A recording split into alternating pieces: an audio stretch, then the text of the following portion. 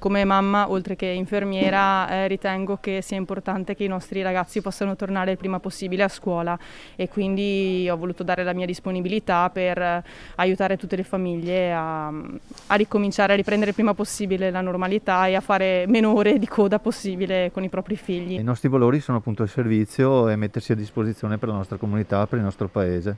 Questo è quello che mi ha spinto e soprattutto un'altra cosa è per i bambini, per aiutare le famiglie, sicuramente. Smontato il turno in reparto, Donatella, Roberto e Andrea non abbandonano la loro missione. Eppure il lavoro in ospedale non è finito. In terapia intensiva e area non critica restano diverse persone ricoverate con il Covid. La maggior parte non è vaccinata, tanti anche i Novax refrattari alle cure. Forse l'aspetto umanamente e professionalmente più complicato. Roberto e Andrea in particolare lavorano in rianimazione al Cafoncello, la prima linea nella lotta al virus. La loro è una testimonianza diretta.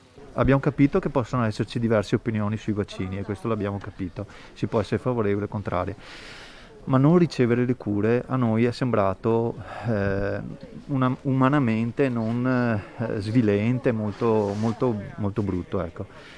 E questo ci ha messo un po' in difficoltà perché capiamo non voler essere vaccinati, ma non ricevere le cure adeguate perché c'è la possibilità veramente di salvarsi.